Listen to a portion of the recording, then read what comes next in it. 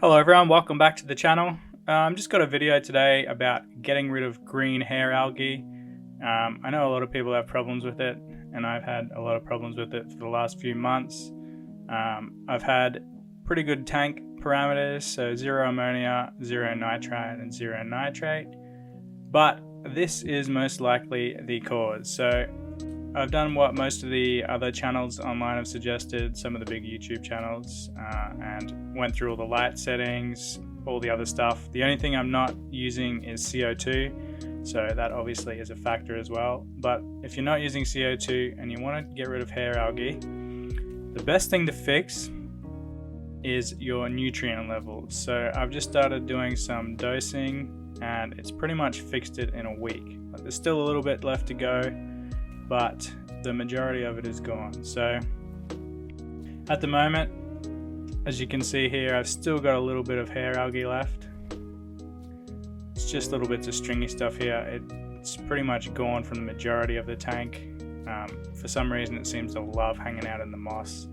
That's where my main issue is across all my tanks. I've got some Amano shrimp in all the tanks. They do an alright job at it, but I think it grows quicker than they can handle, so I've had to give them a bit of help. So dosing fertilizer is the trick. Now I'm using this one right here. It's in Europe, so I don't know if you can get it if you're in the States or Australia or somewhere else. So the main thing is the ingredient. So this one is nitrogen based, phosphorus and potassium. These are the main substances in there, although it does have a few other little nutrients. I'll see if I can find them and I'll post them up on the screen here. But the main one's nitrogen, phosphorus and potassium. And I've just been dosing the recommended amount in each tank, but I've been splitting it up into daily doses. So rather than give the whole dose once per week, I've just been dosing it daily and divided that amount up for each dose. And so far so good. I do have some terrestrial plants in the tank, so they're obviously going to be consuming some of that. So if you don't have those, it will probably work quicker and better. The same with floating plants. If you've got floating plants, try to remove as many as you can. Otherwise, they will eat the nutrients up straight away and go crazy. So these are my other tanks. I've had a bit of green hair algae in all of these as well. Not as bad because they're newer than my main 20-gallon tank, but so far it's actually worked well for these too.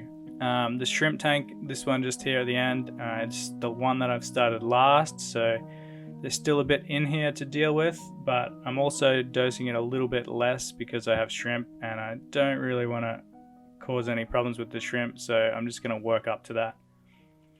But overall, if you want to try and get rid of green hair algae, you don't want to use CO2 and you've tried everything else, just try these three nutrients: the nitrogen, phosphorus and potassium. They seem to do the trick, at least what I've found so far.